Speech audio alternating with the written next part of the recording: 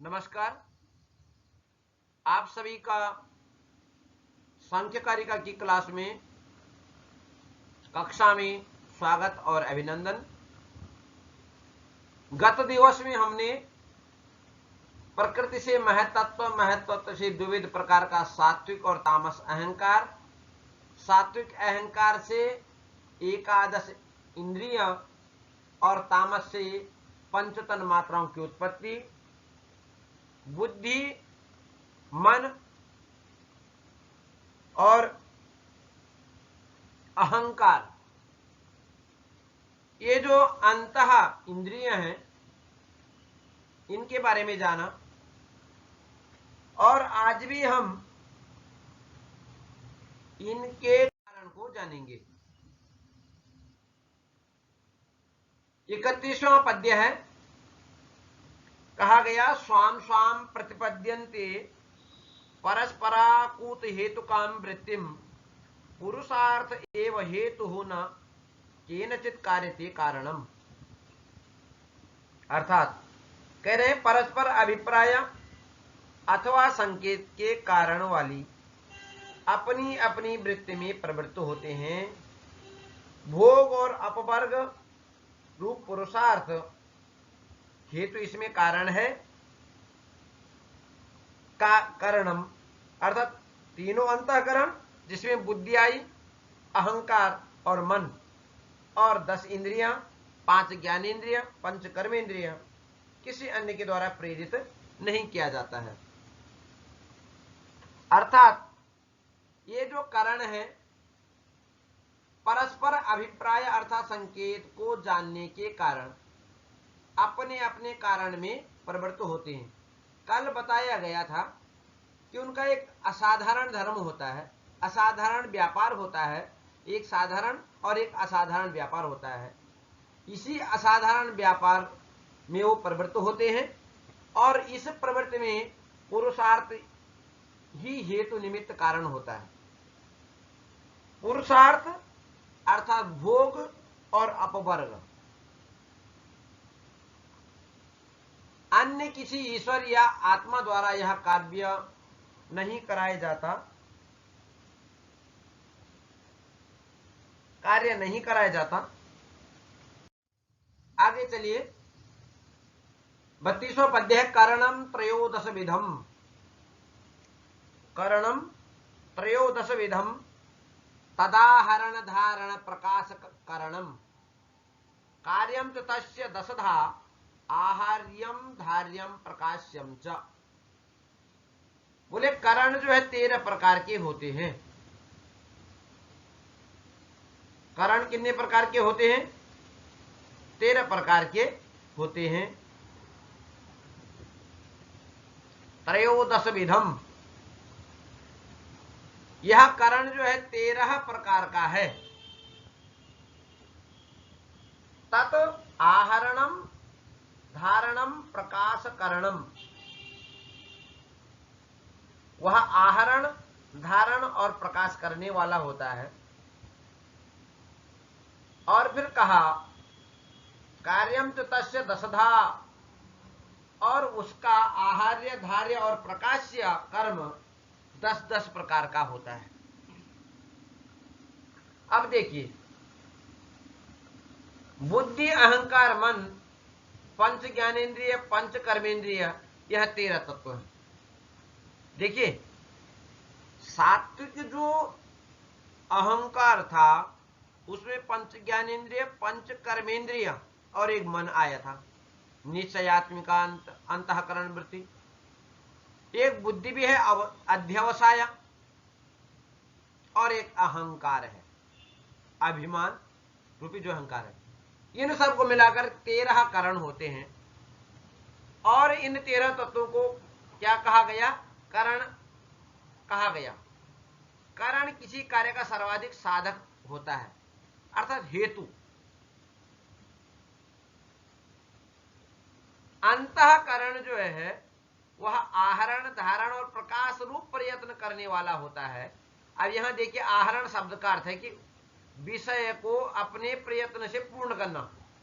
13 प्रकार के अंतःकरण में से 5 ज्ञानेन्द्रिय, पंच कर्मेंद्रिय अपने अपने विषय का आहरण करती हैं, अर्थात अपने व्यापार से व्याप्त करती हैं। मन बुद्धि अहंकार उस विषय को अपनी प्राण आदि वृत्ति से धारण करती है। पहले आहरण, फिर धारण, और ज्ञानेंद्रिय उनका क्या करती, प्रकाशन करती हैं। तो पहले ज्ञानेंद्रिय कर्मेंद्रियों के द्वारा उसका आहरण करना, फिर मन बुद्धि अहंकार के द्वारा उसको धारण करना, और पुनः ज्ञानेंद्रियों के द्वारा उनका प्रकाशन करना। यह आहरण, धारण और प्रकाशन है। अब इनमें बताया कि इनके प्रत्येक के कार्य जो 10 प्रकार के होते हैं। कार्यम तो 10दा आहार्यम धार्यम प्रकाशन च। आहार्य का अर्थ है व्याप्य, जो व्यापक के एक भाग में रहता है। कर्मेंद्रिय 5, कर्मेंद्रियों के 5 कर्म हैं, वचन, आदान, विहरण, उत्सर्ग और आनंद। कर्मेंद्रियों के ये कर्मशः वाणी, हाथ, पैर, मल विसर्जन करने वाली और संभोग करने वाली इंद्रियों से आहत अथवा व्याप्त होने के कारण आहार्य और व्याप्य कहे गए हैं। प्रत्येक कर्मेंद्रिय का वचनादि रूप आहार्य कार्य दिव्य और अदिव्य दो प्रकार का होता है। एक दिव्य कार्य है, एक अदिव्य कार्य है। अर्थात अतः 5 ज्ञानेंद्रियों के आहार्य कर्म 10 प्रकार के हुए। देखो, एक दिव्य और अदिव्य प्रकार से हुए, फिर 10 धार्य कर्म बुद्धि अहंकार मन का है, धारण कराना। पहले बता देना, आहरण जो है कर्मेंद्रियों का है, धारण किसका है, मन बुद्धि अहंकार धारण, और प्रकाशन किसका है, ज्ञानेंद्रियों का। क्योंकि मन बुद्धि अहंकार अंतःकरण वृत्ति है, तीनों के तीनों। अंतःकरण त्रिविधम, इसलिए तो कहा ना। अब जो है अंतःकरण प्राणादि वृत्ति से शरीर को धारण करते हैं, अर्थात शरीर ही इनका क्या है, धार्य, धारण करने का। आगे चलिए, आगे है ना, अंतःकरण कितने प्रकार का होता है। तो जो हमने इससे पहले कह दिया था कि अंतःकरण मन बुद्धि अहंकार 3 अंतःकरण वृत्तियां हैं। तो देखिए आ गया अगली कारिका में, अंतःकरणम त्रिविधम दशदम बाह्यम त्रयस्य विषयाख्यम सांप्रत कालम बाह्यम त्रिकालम आभ्यंतरकरणम करणम। अंतःकरण 3 प्रकार का होता है। मन बुद्धि अहंकार के भेद से 3 प्रकार के अंतःकरण के लिए विषय उपस्थित करने वाला बाह्यकरण 10 प्रकार का होता है। कितने प्रकार का होता है, 10 प्रकार का। बाह्यकरण अर्थात इंद्रियां। ठीक हो गया। और बाह्यकरण वर्तमान काल से संबंधित है, और आभ्यंतरकरण भूत भविष्य वर्तमान तीनों कालों से संबंधित है। तो चलिए, मन बुद्धि अहंकार अंतःकरण वृत्ति है 3 प्रकार की। शेष पंच ज्ञानेंद्रिय, पंच कर्मेंद्रिय शरीर के बाहर वर्तमान होने से बाह्यकरण कहलाते हैं, और इन बाह्यकरणों को अंतःकरण का विषयाख्य कहा गया। क्योंकि देखो, आहरण, धारण और प्रकाशन 3 काम है। आहरण कर्मेंद्रिय करती है, धार्य धारण करना कौन करती है, मन बुद्धि अहंकार त्रिविध जो अंतःकरण है, और बाह्य प्रकाशनों का कौन करता है, ज्ञानेंद्रिय करती प्रकाशन। तो आहरण, आहार्य, धार्य और प्रकाश्य। और फिर इनके 2 है दिव्य अदिव्य, 2 भेद होते हैं। तो इस प्रकार से यह आभ्यंतरकरण भूत भविष्य वर्तमान तीनों कालों से संबंधित होता है। आगे चलिए, अग्रिम कारिका है, बुद्धिन्द्रियाणि तेषां पंच विशेषा विशेष विषयाणि वाग् भवति शब्द विषया शेषाणि तो पंच विषयाणि। गया उन बाह्य करणों में से कर्मेंद्रिय, जिसको कहा वाक, पाणी, पाद, पायु, पस्त, उन बाह्य करणों में से 5 ज्ञानेंद्रिय विशेष और अविशेष विषयों वाली होती हैं। विशेषा विशेष विषयाणी, विशेष अविशेष विषयाणी तेषाम पंच, उन बाह्य करणों में से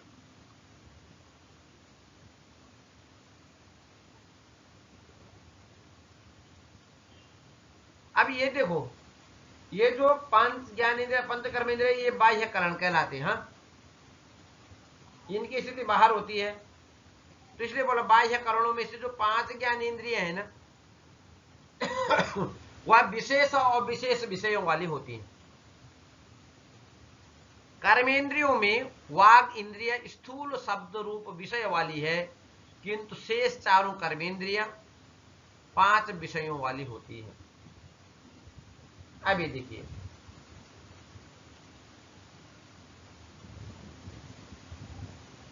वाक इंद्रिय वाणी स्थूल विषय रूप विषय वाली है। ठीक हो गया।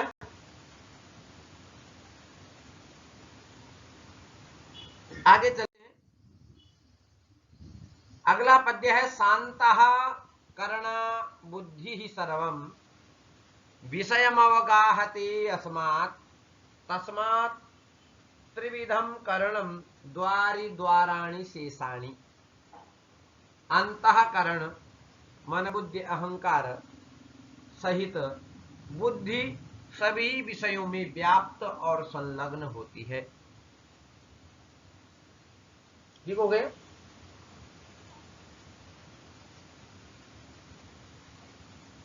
अंतःकरण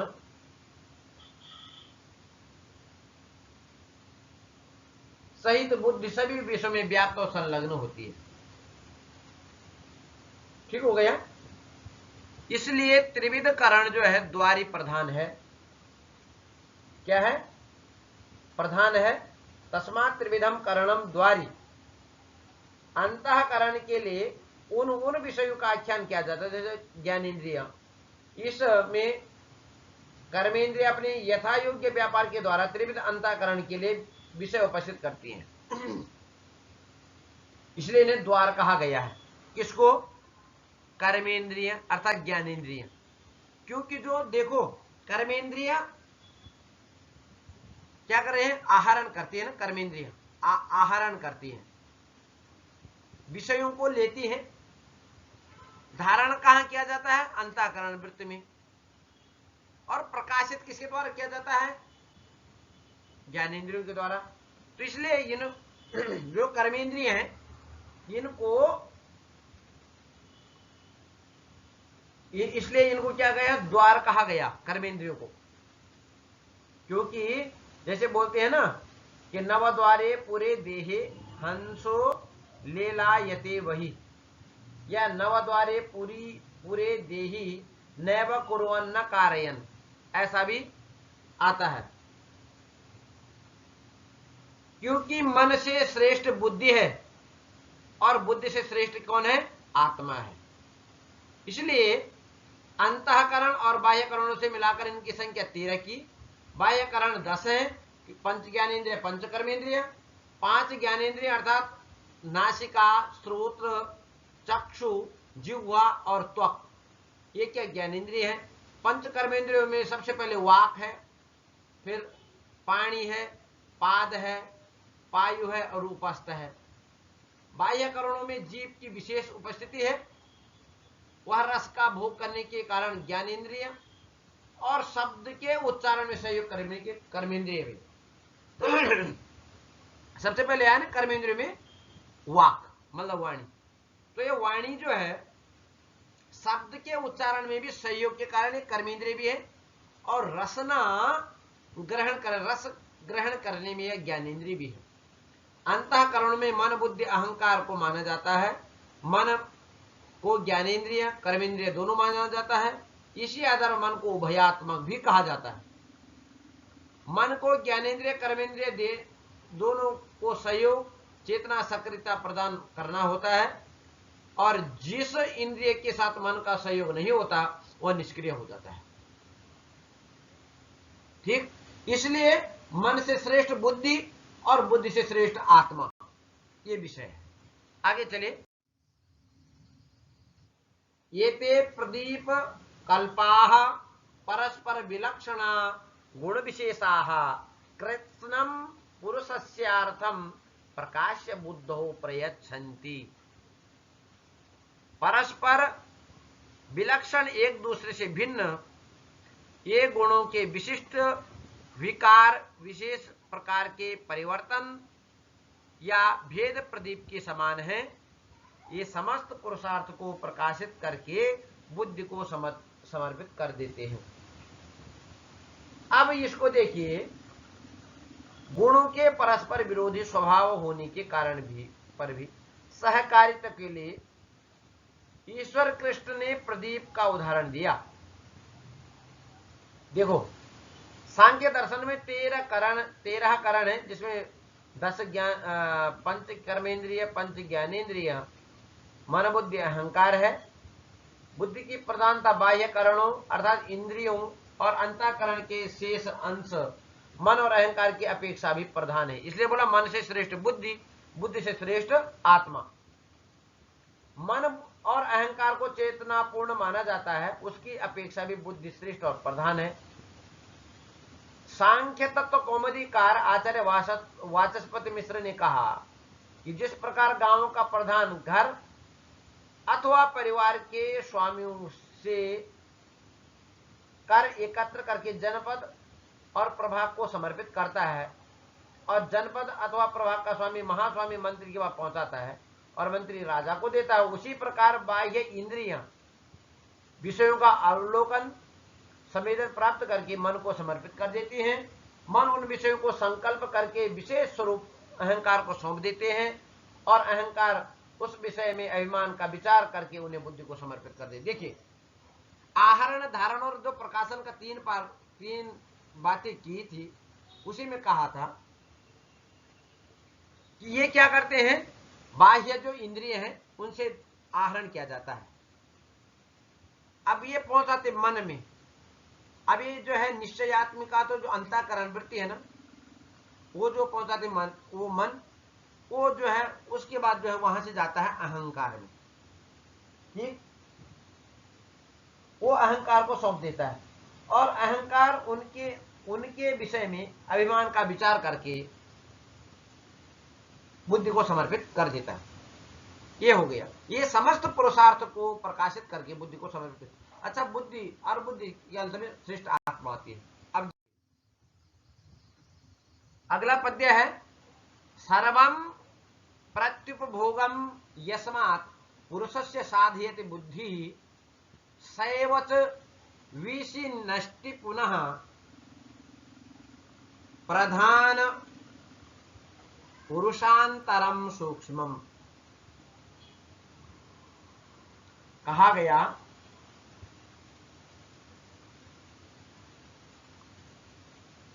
इसमें कहा गया कि समस्त करण समस्त विषयों को बुद्धि को ही क्यों सौंपते हैं।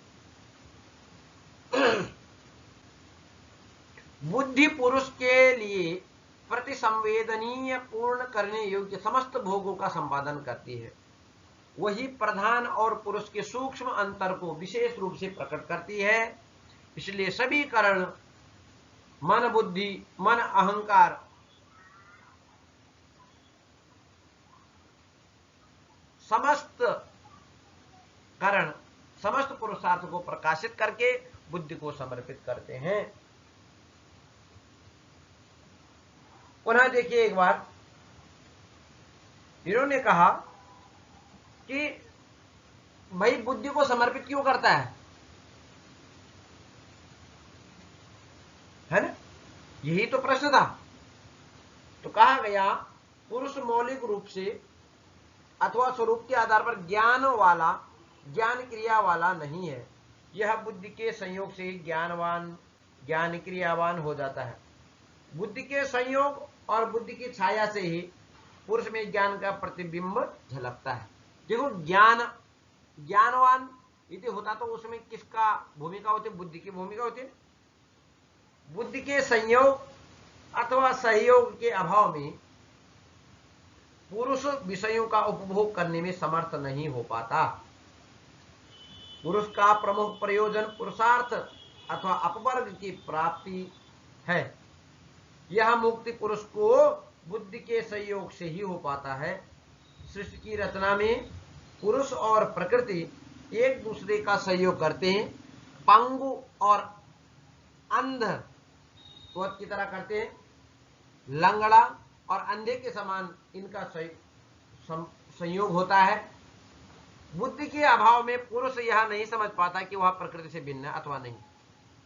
पुरुष अपने स्वरूप को बुद्धि की सहायता से पहचान पाता है। इस प्रकार से सभी कारणों में बुद्धि की श्रेष्ठता सिद्ध होती है। प्रकृति और पुरुष अनादिकाल से एक दूसरे से संयुक्त हैं। पुरुष बुद्धि के सहयोग से प्रकृति से छुटकारा पा लेता है। आगे चलिए। तन्मात्राण्यविशेषाः तेभ्यो भूतानि पंच पंचभ्यः एते स्मृता विशेषाः शांता घोराश्च मूढ़ाश्च। देखो इस कारिका में बोले विशेष और अविशेष की चर्चा की गई है। तन्मात्राएं अविशेष और विशेष नहीं है। रूप, रस, गंध, शब्द और स्पर्श, ये जो पंच तन्मात्राएं ये अविशेष अर्थात विशेष नहीं है। तन्मात्राणि अविशेषाः, विशेष नहीं है। अर्तेभ्यः पंच तन्मात्रेभ्यः भूतानि पंच पंचभ्यः, और उनसे वो जो अविशेष नहीं है, अविशेष है जो अर्थात जो विशेष नहीं है, उन रूप, रस, गंध, शब्द, स्पर्श, उन पंच तन्मात्राओं से पंच महाभूतों की उत्पत्ति होता ही है। पृथ्वी, जल, तेज, वायु, आकाश। देखिए शब्द से आकाश की उत्पत्ति होती है, स्पर्श से वायु की, रूप से अग्नि की, ठीक, शब्द गुणकम आकाशम, ठीक हो गया। तत्र गंधवती पृथ्वी, तो इनसे जो है पृथ्वी, जल, तेज, वायु, आकाश, ठीक हो गया। ये महाभूत शांत, घोर और मूढ़ होने के कारण विशेष कहे गए हैं। इनके तीन प्रकार बता दिए। महाभूत जो है पंच महाभूत, महाभूत का मतलब पंच महाभूत पृथ्वी, जल, तेज, वायु, आकाश। इनसे क्या होता है? ये महाभूत बोले शांत, घोर और मूढ़ होने के कारण विशेष कही गई है। आगे कह रहे सूक्ष्म माता पितृजाः सह प्रभूतैः त्रिधा विशेषाः स्युः। सूक्ष्माः तेषां नियता माता पितृजा निवर्तन्ते। सूक्ष्म शरीर माता पिता से उत्पन्न स्थूल शरीर और आकाश, पृथ्वी, जल, तेज, वायु, आकाश पंच महाभूत विशेष कहलाते हैं। उनमें सूक्ष्म शरीर नियत प्रलय तक पुरुष के साथ रहने वाले हैं। माता पिता से उत्पन्न स्थूल शरीर मृत्यु के साथ निवृत्त अलग हो जाते हैं, पुरुष से अलग हो जाते हैं। अब देखिए यहां पर कहा गया जो पंच तन्मात्राएं हैं उनको अविशेष और उनसे उत्पन्न जो पंच महाभूत हैं उनको विशेष कहा गया। अब देखिए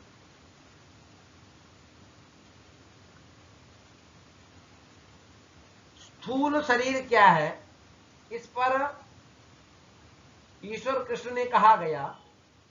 ईश्वर कृष्ण ने कहा कि पूर्व में अर्थात सृष्टि के आरंभ में उत्पन्न होने वाला अप्रतिहत रूप से सदैव प्रवेश करने वाला महाप्रलय पर्यंत तक एक ही बना रहने वाला महतत्व से लेकर तन्मात्रा पर्यंत तत्वों, अहंकार, मन, बुद्धि, 11 इंद्रियों, पंच तन्मात्रा संगठित होने वाला स्थूल शरीर के लिए उपभोग रहित धर्म अधर्म आदि भावों से वासित, इन भावों के संस्कार से युक्त क्या होता है? सूक्ष्म शरीर संसरण होता है। ठीक हो गया? अर्थात विभिन्न जन्मों में गमन करने के रूप में विभिन्न स्थूल शरीरों को ग्रहण करता और छोड़ता है। इस शरीर की सूक्ष्मता का अनुमान इस बात से लगाया जा सकता है कि यह पत्थर की शिला, मिट्टी, ईंट की दीवार के उस पार भी जा सकता है। सूक्ष्म शरीर एक प्रकार से नित्य होता है और स्थूल शरीर जो है, इसका मतलब स्थूल शरीर क्या है? अनित्य है। स्थूल शरीर तो प्रत्येक जन्म में क्या होता है? बदलता रहता है। और सूक्ष्म शरीर महाप्रलय पर्यंत तक क्या कर रहता? बना रहता है। अतः महाशरीर जो है वह नित्य है, जिसको सूक्ष्म शरीर कहा गया। सूक्ष्माः माता पितृजाः सह प्रभूत त्रिधा विशेषास्युः। अब देखो,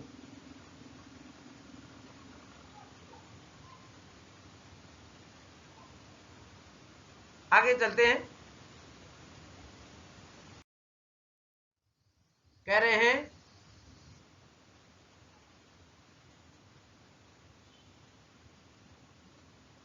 पूर्वोत्पन्नम असक्तम नियतम महदादि सूक्ष्म पर्यंतम संसरति निरुपभोगम भावैरधिवासितम लिंगम।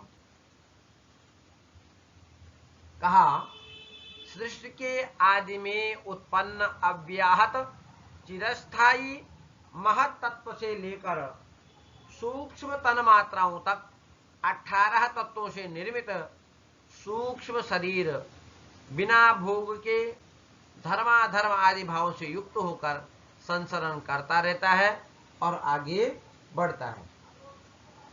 अब यह जो है सूक्ष्म शरीर के बारे में बताया, तो देखो लिंग शरीर कहते हैं इसको। सूक्ष्म शरीर को क्या कहते हैं?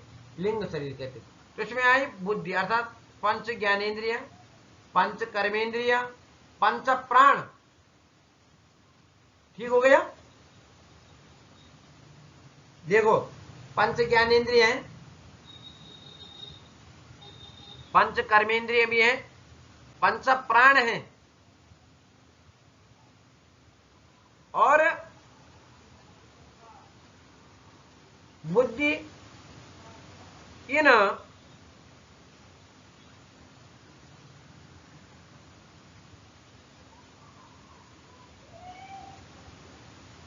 17 सूक्ष्म इन 17 तत्वों से मिलकर सूक्ष्म शरीर को लिंग शरीर कहते हैं।